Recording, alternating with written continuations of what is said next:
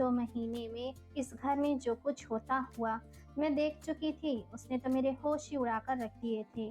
कहाँ मैं शहर की रहने वाली पढ़ी-लिखी लड़की शादी करके यहाँ गाँव में आ चुकी थी। मुझे तो लगा था कि यहाँ मेरी ज़िंदगी बड़ी सुकून से गुज़रेगी, मगर यहाँ के लोगों के रहन-सहन और तौर-तरीके बड़े ही अजीब थे। यहाँ तक तो बिल्कुल ठीक था, मगर मेरा जेठ तो तौबा तौबा, उसे देखकर ही मेरा वजूद काँप जाता था।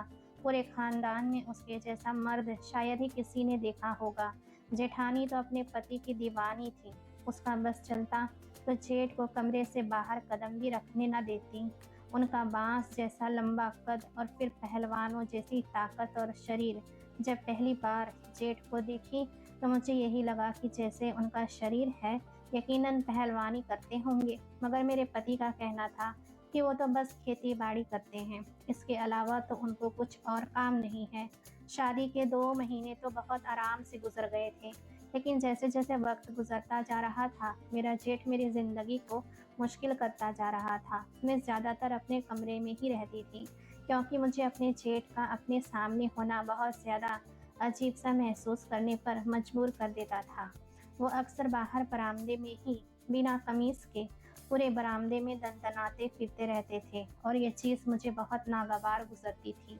मैं गांव में रहने की आदी नहीं थी और यहाँ के तौर तरीके मुझे बिल्कुल भी समझ नहीं आ रहे थे। मैं शुरुआत से ही शहर में रहती थी। एक रोज़ का ही दिन था। घर में सिर्फ मैं और मेरा जेठ ही मौजूद थे। इत्तेफाक से मेरे पति काम से थोड़े देर से आने वाले थे और मेरी जेठानी अपनी माँ की यहाँ गई हुई थी। मैं किचन में आराम से खाना बना रही थी। जेठ मुझे टकटकी लगाए हुए देखने लगे। मुझे बिल्कुल भी होश नहीं था। मैंने अपना दुपट्टा उतारकर कुर्सी पर रखा हुआ था और बेध्यान से ही मैं काम कर रही थी, क्योंकि मुझे लग रहा था कि घर में अभी इस वक्त कोई नहीं है। जेठ भी अपने कमरे में मौजूद है, इसीलिए गर्मी होने की वजह से मैंने दुपट्टा अपने बदन से हटा दिया था और यही मेरी ज़िंदगी की सबसे बड़ी गलती थी।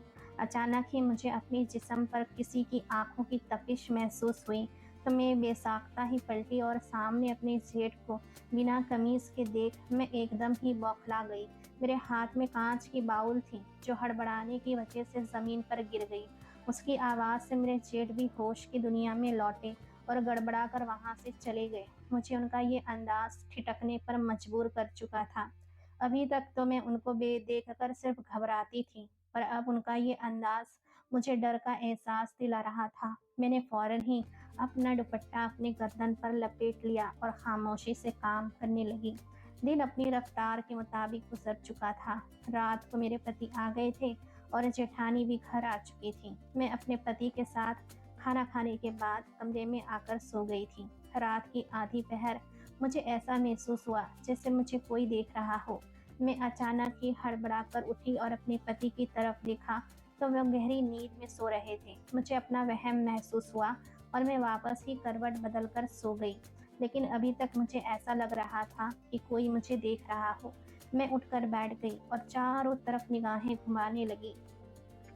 अचानक ही मेरी निगाह खिड़की की तरफ पड़ी और ये मंजर देखकर मेरे होश उड़ गए कि मेरे जेठ आधी खिड़की खोलकर हमारे कमरे के अंदर झांक रहे थे और उनकी नज़रें मेरे वजूद पर ही थीं।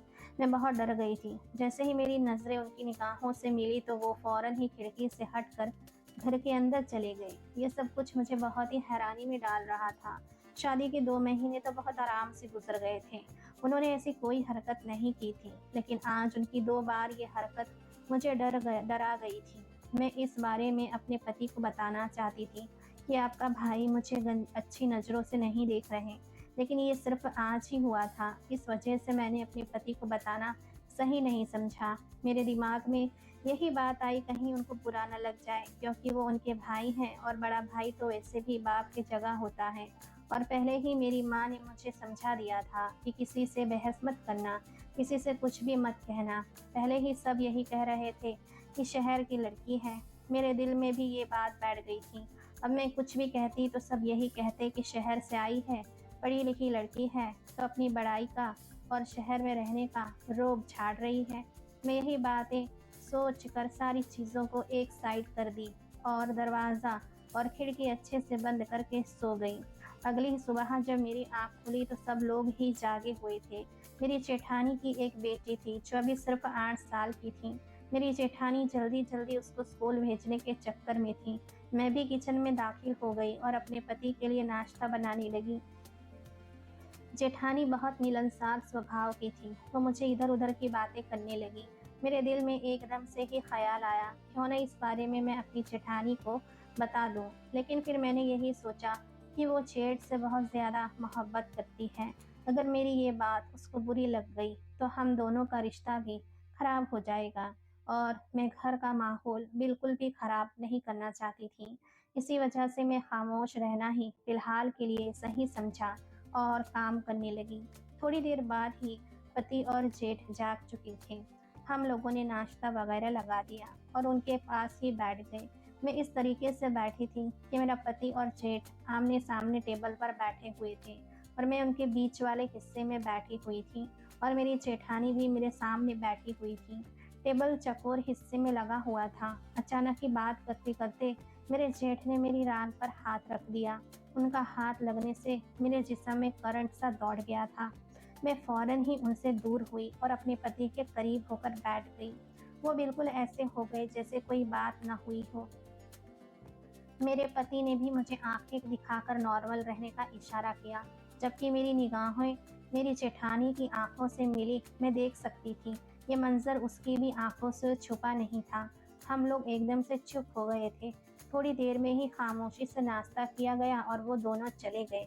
मुझे अब अपने आप को बिल्कुल भी महफूज नहीं हो रहा था, क्योंकि एक औरत गैर मर्द की नज़रों को अच्छी तरह उठते हुए महसूस कर लेती है कि वो किस तरीके की नज़रें हैं। मैं भी महसूस कर चुकी थी कि मेरा जेठ मुझ पर गंदी निगाहें रखता है। वक्त गुजरता जा रहा था और मेरे जेठ की बदतमीजी बढ़ती चली जा रही थी। ये सब कुछ मुझे बहुत परेशान कर रहा था। बस अपने पति और जेठानी से इसीलिए इस बारे में बात नहीं कर पा रही थी कि अगर मैं उन दोनों से कुछ बात करूंगी तो वो लोग समझेंगे कि मैं अपने जेठ पर इल्ज़ाम लगा रही हूँ, और वैसे भी गांव के लोग हैं, उल्टा ही मतलब ले जाते हैं। मैं घर का माहौल बिल्कुल भी किसी भी तौर पर ख़राब नहीं करना चाहती थी। इसी वजह से मैं खामोश रह गई। मेरा पति गांव से थोड़े दूर काम करता था। एक रात अचानक ही उनका मेरे पास फ़ोन आया और कहने लगे, चारू, फैक्ट्री में काम बहुत ज़्यादा है, इसी वजह से मैं आज घर नहीं आ पाऊँगा। ये बात सुनकर एक पल के लिए मैं सहम गई और मैंने फ़ौरन कहा, प्लीज़ आप घर आ जाओ ना। न जाने क्यों मुझे एक डर सा महसूस हो रहा है। अपने आप में बिल्कुल महफूज नहीं कर रही हूँ, जबकि मेरी जेठानी घर के अंदर ही मौजूद थी। ये बात सुनकर मेरे पति मुझे समझाने लगे कि कोई बात नहीं, घर पर सब लोग मौजूद हैं, तुम्हें डरने की ज़रूरत नहीं है चारू। खाना वगैरह खाकर सो जाना, मेरे लिए आज आना बहुत मुश्किल हो जाएगा। मेरे पति ने तो साफ शब्दों में मुझे बोल दिया था कि आज मैं किसी भी तौर पर घर नहीं आ पाऊंगा। ये बात सुनकर मैं बिल्कुल खामोश हो गई थी और खाने पर जब उनका जिक्र हुआ तो मैंने अपनी जेठानी को बता दिया कि आज सूरज घर नहीं आ पाएंगे। ये बात सुनकर मेरे जेठ के चेहरे पर एक चमक सी आ गई थी जो मेरी आंखों से बिल्कुल भी छुप ना सका था। लेकिन मैं कुछ भी नहीं बोली और खामोशी से खाना खाकर कमरे के अंदर चली गई। ये शादी के बाद मेरी पहली रात थी जो आज अपने पति के बगैर गुजर रही थी, और आज ही मुझे अपने आप को बिल्कुल भी महसूस नहीं हो रहा था। मैंने दरवाज़ा अच्छे से बंद कर दिया था। पहले की बात और थी, लेकिन जब से मेरे जेठ की निगाहें मुझ पर बदली थी, तब से ही मैं खुद को बिल्कुल भी महफूज इस घर में तस्वुर नहीं कर पा रही थी। यही सब सोचते सोचते न जाने मेरी किस पहर आंख लग गई, मुझे मालूम ही ना हुआ, और रात की आधी पहर मुझे ऐसा महसूस हुआ जैसे मेरे बेड पर कोई बैठा हुआ हो। मैं समझी शायद मेरे पति आ चुके हैं। मैं फौरन ही उनके बाजू से लिपट कर उनके सीने पर सर रख कर सो रही थी। लेकिन आज मुझे उनका शरीर कुछ ज़्यादा ही बड़ा सा महसूस हुआ था। मुझे किसी अनहोनी का अंदाज़ा हुआ, इसीलिए मैंने झटके से अपनी आंखें खोली और जैसे ही मैंने सामने लेटे हुए बंदे को देखा तो मेरे होश उड़ गए और मैं फ़ौरन ही उनसे झटके से दूर हुई, क्योंकि वो इंसान मेरा पति नहीं बल्कि मेरा जेठ था। उनके हाथ में एक नाइटी थी। वो देखकर मैं बहुत ही ज़्यादा डर गई थी। वो अचानक ही मेरे नज़दीक हो गए और कहने लगे, अरे तुम मुझसे दूर क्यों हो रही हो? मैं भी तुम्हारे पति जैसा ही तो हूँ, मेरे करीब आओ ना। उनकी ये बातें मुझे बहुत ज़्यादा डरा गई थी। उनका अंदाज बहुत ही अजीब था। मैं डर के मारे कांपने लगी। मैं शोर मचाना चाहती थी, लेकिन ऐसा लग रहा था जैसे मेरे हलक में आवाज़ भी ना हो। मैं बिल्कुल खामोश हो चुकी थी और टकटकी बांधे अपने जेठ को देख रही थी। अचानक ही मेरे जेठ मुझसे गलत गलत बातें करना शुरू कर हो गए थे। वो कहने लगे कि तुम आज बहुत ज़्यादा खूबसूरत लग रही हो। आज अगर सूरज घर पर नहीं है तो हम दोनों को आज की रात का फ़ायदा उठाना चाहिए। मैंने तुम्हारी भाभी को नींद की गोलियां दे दी है, वो सो चुकी है। अब हम दोनों आराम से अपनी रात को रंगीन कर सकते हैं। मुझे जो भाभी का आसरा था, जब पता चला उनको भी नींद की गोलियां देकर सुलाया है, ये सुनकर मेरा दिल बैठता जा रहा था। मैं तुम्हारे लिए शहर से ये नाइटी लेकर आया हूँ। जाओ, ये पहन कर आओ और मुझे दिखाओ कि तुम कैसी लग रही हो।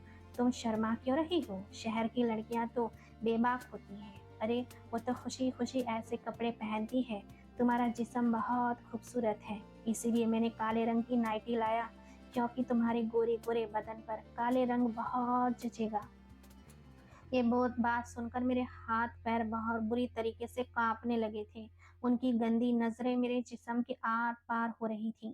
मैंने खुद में हिम्मत जमा की और वो जो मेरे हाथ पकड़कर धीरे धीरे सहला रहे थे, मैंने फौरन ही उनको खुद से दूर झटका और बेड से उतरकर थर थर कांपने लगी।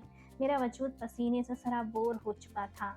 मुझे समझ नहीं आ रहा था कि मैं क्या करूं। अगर मैं चीखती चिल्लाती तो कोई भी फर्क नहीं पड़ना था, क्योंकि मेरी भाभी को वो नींद की गोलियां दे चुके थे, यानी उनको बिल्कुल भी होश नहीं था। यही सब कुछ सोचकर मेरे रोंगटे खड़े होना शुरू हो गए थे। मैं वहां से भागने की कोशिश करने लगी तो अचानक ही मेरी जेठ ने मुझे दबोच लिया और बेड पर फेंक दिया। और अचानक ही उन्होंने अपनी कमीज, मेरी शादी मेरे माँ बाप की पसंद के मुताबिक हुई थी।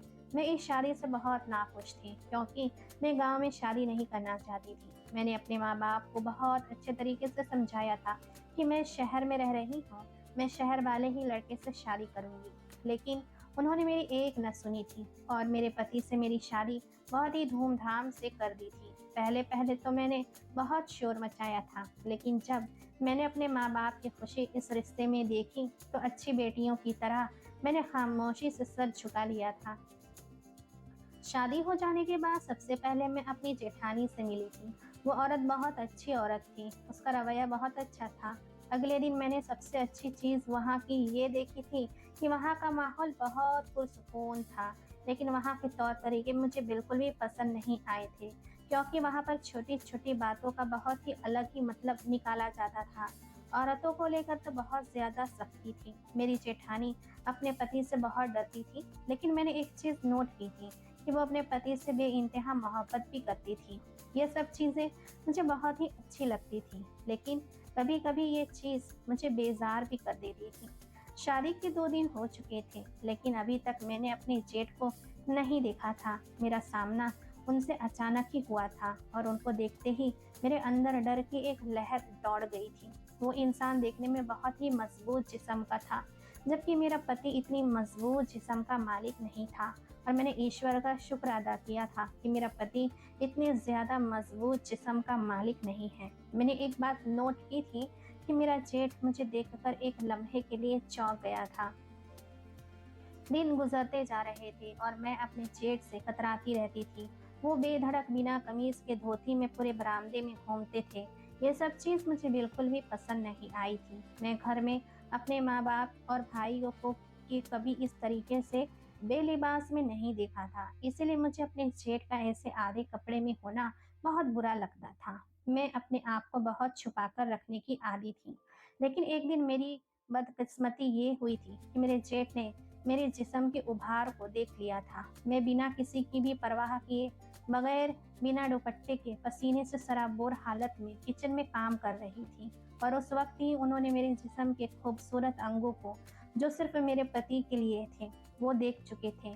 और उसके बाद से ही उनकी नीयत मुझ पर खराब हो गई थी, और यही मेरे लिए सबसे बड़ी बदकिस्मती थी। और उस दिन के बाद से ही मेरे जेठ के तौर तरीके मेरे साथ बदलने लगे थे। वो अचानक ही मुझे बहाने बहाने से छूने लगे थे। उनकी गंदे निगाहें मेरे जिस्म के आर पार होती रहती थी। मुझे महसूस हुआ था कि जो मैं दुपट्टे से अपने आप को छुपा कर रखती थी, अब मैंने एक बड़ी सी चादर लेना शुरू कर दी थी। मैंने अपने जिस्म का एक भी हिस्सा उनको बिल्कुल भी दिखाना नहीं चाहती थी, लेकिन वो इंसान उसके बावजूद भी मुझे ऐसे घूरता था जैसे मेरा एक्सरे कर रहा हो। एक दिन जब मेरा पति काम से वापस नहीं आया था, तो वो उनकी गैर मौजूदगी का फ़ायदा उठाकर मेरे कमरे के अंदर आ गया था और मुझे एक नाइटी देते हुए गंदी-गंदी बातें करने लगा था। मैं फ़ौरन ही वहाँ से भागना चाहती थी, लेकिन उससे पहले ही उस शख्स ने मुझे दबोच लिया था और बेड पर फेंक कर अपनी कमीज़ उतारने लगा था। ये सब कुछ मेरे लिए किसी कयामत के मंज़र से कम न था। मैं किसी भी तौर पर अपनी इज्जत बचाना चाहती थी, लेकिन ये मेरे लिए अब मुमकिन साबित नहीं होने वाला था। वो शख्स देखते ही देखते अपनी औकात पर आ चुका था और मुझे बेपर्दा कर कर मुझ पर हावी हो गया था।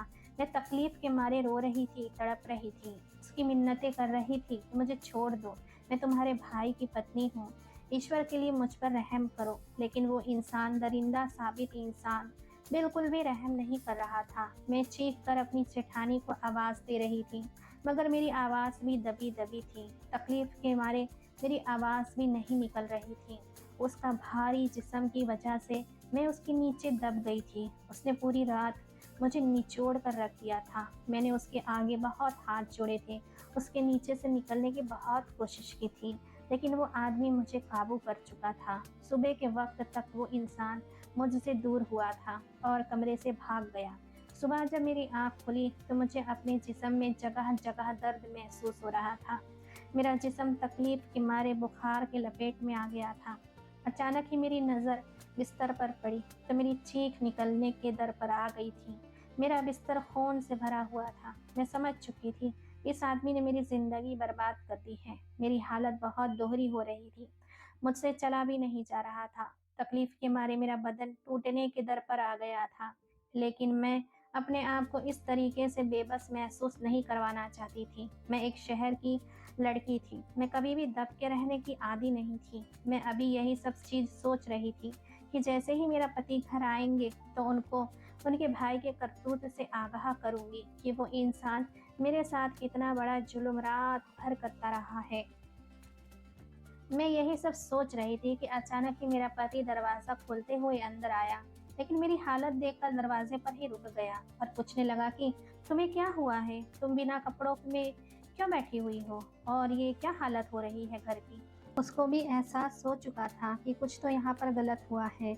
मैंने भर्राई हुई आंखों से उसकी तरफ देखा और धीमी आवाज़ से कहने लगी, ये सब कुछ तुम्हारे बड़े भाई ने किया है, जिसको तुम बाप मानती हो। उस आदमी ने तुम्हारे गैर मौजूदगी में तुम्हारी पत्नी की इज्जत को तार-तार कर दिया है। मेरा दिल चाह रहा था कि मैं उठूं और उस घटिया इंसान को का मुंह तोड़ दूं, जिसने मुझे कहीं का नहीं छोड़ा था। जबकि मेरा पति ये बात सुनकर अजीब से अंदाज में मुस्कुराया था। ये चीज़ देखकर मेरे रोंगटे खड़े हो गए थे और मैं हैरान होते हुए कहने लगी कि आप मेरी इस बात को सुनने के बाद हंस रहे हैं? आपके भाई ने मेरी जिंदगी बर्बाद कर दी और आपके चेहरे पर मुस्कुराहट है। आपको कुछ समझ आ रहा है मैं क्या बोल रही हूँ? तो वो अचानक ही हंसते हुए मेरे बराबर में बैठ गया और कहने लगा, तो इसमें कौन सी बड़ी बात है? अगर भाई ने तुम्हारे साथ एक रात गुजार ली तो मुझे कोई फर्क नहीं पड़ता। मेरे पति का अंदाज बहुत नॉर्मल था। ऐसा लगता था कि जैसे उनकी ही ये सब कुछ प्लानिंग हो। मैं हैरान रह गई थी। मेरा दिल चाह रहा था कि मैं यहाँ से उठकर चली जाऊं, जबकि मैं अपने पति का चेहरा देखते हुए नफरत भरे अंदाज में मैंने पूछा कि इसका मतलब ये सब कुछ आपका ही किया धरा है? तो अचानक ही सर पीछे गिरकर जोर जोर से हंसने लगा और कहने लगा, हाँ, ये मेरा ही किया धरा है। अच्छा है तुम्हें इन सब चीज़ों का पता हो गया, और ये आज नहीं अब तुम्हारे साथ हर रोज़ होगा, क्योंकि हम दोनों भाई अपनी चीज़ एक दूसरे से बांट कर इस्तेमाल करते हैं। इसी वजह से हम दोनों पत्नियों को भी बांट कर इस्तेमाल करेंगे। ये बात सुनना था कि मेरे जिस्म में एक ऐसी कैफियत पैदा हुई कि मैं अपने आप ही मेरा हाथ उठा और अपने पति के गालों पर गहरी छाप छोड़ गया था। वो मुझे हैरान आंखों से देख रहा था। उन्हें बिल्कुल भी अंदाजा नहीं था कि मैं उन्हें थप्पड़ मारूंगी, बल्कि मेरा दिल चाह रहा था कि मैं अपने पति का सर फाड़ दूं। मैं गुस्से से चिल्ला रही थी, कहने लगी, आपने मुझे लावारिस समझा हुआ है क्या? कि मैं आपके भाई के साथ रातें गुजारूंगी? आप जैसे घटिया इंसान के साथ मैं एक मिनट यहाँ नहीं रुकूंगी। ये बोलकर फौरन वॉशरूम जाने लगी। इस उससे पहले ही वॉशरूम जाती, उससे पहले ही मेरा पति भी मुझ पर हावी हो चुका था और मेरी रही सही सारी बची कुछ हिम्मत भी पल में दम तोड़ गई थी। वो दोनों भाई ही जंगली थे, बिल्कुल भी उन लोगों में एहसास नाम का चीज नहीं था। शाम के वक्त मेरी आंख खुली तो मेरे पास मेरी जेठानी बैठी हुई थी। मैं बिना कपड़ों के बेहाल पड़ी हुई थी। उसकी शर्मिंदा निगाहें और चेहरे को देखकर मुझे समझ आ चुका था कि वो ये सारी चीज़ों से पहले ही आगाह थी। मैंने उसकी तरफ देखते हुए पूछा, आप ये सब कुछ कब से बर्दाश्त कर रही हैं? मेरी आंखों से आंसू लगातार बह रहे थे। वो मेरी तरफ देखते हुए कहने लगी, जब से मेरी शादी हुई है तब से ही। कहने लगी, मुझे यकीन नहीं आ रहा था कि तुम्हारा पति तो तुमसे इतना प्यार करता था, उसके बावजूद उसने तुम्हारे साथ भी ये सब करवा लिया। मैंने उसकी बात सुनी और बोली कि इंसान सब कुछ बदल सकता है, लेकिन वो अपनी फितरत से कभी बाज नहीं आता। यही हाल मेरे और आपके पति का है। मुझे तो हैरत है, जब आपके साथ ये सब कुछ इस घर में हो रहा था तो आपने आवाज़ क्यों नहीं उठाई? आपको चाहिए था कि उन दोनों के खिलाफ आवाज़ उठाती और ये रिश्ता ख़त्म करके चली जाती। लेकिन आपने ऐसा नहीं किया, बल्कि उन दोनों को बढ़ावा दिया और जिसका शिकार आज मैं भी हो गई। मेरी ये बात सुनकर मेरी जेठानी कहने लगी, तुम शहर की लड़की हो, तुम्हें ये सब बातें शोभा देती हैं, लेकिन मैं गाँव की लड़की हूँ। अगर मैंने ऐसी कोई बात भी की तो मेरी बात पर कोई यकीन नहीं करेगा और मैं ये नहीं चाहती कि मेरा घर तबाह हो। मुझे इतना गुस्सा आ रहा था कि मेरा दिल किया कि उस औरत का मुंह भी मैं थप्पड़ों से लाल कर दूं। ऐसी ही औरतें मर्दों को बढ़ावा देती हैं गलत कामों के लिए। मैं अपनी जगह से उठी और गुस्से से चिल्लाते हुए कहने लगी, आपको शर्म आनी चाहिए कि आप ऐसी चीज़ों को बढ़ावा दे रही हो। अगर आप पहले ही इन सब चीज़ों को रोक देती तो आज ये सब कुछ नहीं होता। आपकी एक बेटी है, आप अपनी बेटी के लिए ही सही कुछ तो करती। क्यों अपने आप को इन दोनों मर्दों के बीच में बर्बाद कर रही थी? मेरी बातों से जेठानी शर्मिंदा हो गई थी और मेरी जेठानी का सर मेरे सामने शर्म से झुक गया था। मैं अपनी जगह से उठी और वॉशरूम से फ्रेश होकर आई। फौरन ही आकर अपना सामान पैक करने लगी। मेरी जेठानी मुझे देखकर पूछने लगी कि आप ये क्या कर रही हैं? मैंने उसे कोई जवाब नहीं दिया और अपने घर आ गई। घर आने के बाद मेरे माँ बाप ने मुझे बहुत से सारे सवाल जवाब किए, लेकिन मैंने उनको यही कहा कि जिसको आपने मेरे लिए चुना था वो एक दरिंदा है और उस दरिंदे ने मेरी जिंदगी तबाह कर दी। थोड़े दिनों के बाद ही मैंने अपने पति से डाइवोर्स ले ली। मैं उस दरिंदे इंसान के साथ बिल्कुल भी अपनी जिंदगी नहीं गुजार सकती थी, जिसको इंसानियत के शब्द के बारे में भी ना पता हो। कुछ साल बाद मुझे पता चला कि मेरी जेठानी ने भी अपनी बेटी के साथ उन दोनों जानवरों से अलग हो गई थी और उसने भी अपने पति से डाइवोर्स ले ली थी। मैंने इस गांव में भी बहुत अच्छे, सुलझे और समझदार इंसान देखे थे, लेकिन ये दोनों भाई बिल्कुल ही अलग थे। शायद कम उम्र में ही उनके माँ बाप की मृत्यु हो चुकी थी और ये दोनों भाई एक दूसरे से बहुत करीब थे और हर बात एक दूसरे से शेयर करते थे और अपनी चीज एक दूसरे के साथ बांटते थे। अब उनको यही लगा कि शायद पत्नी भी कोई चीज है, इसीलिए वो पत्नियों को भी आसानी से बांट सकते हैं। लेकिन वो जाहिल दरिंदे इंसान ये नहीं जानते थे कि हम औरतें भी इंसान हैं।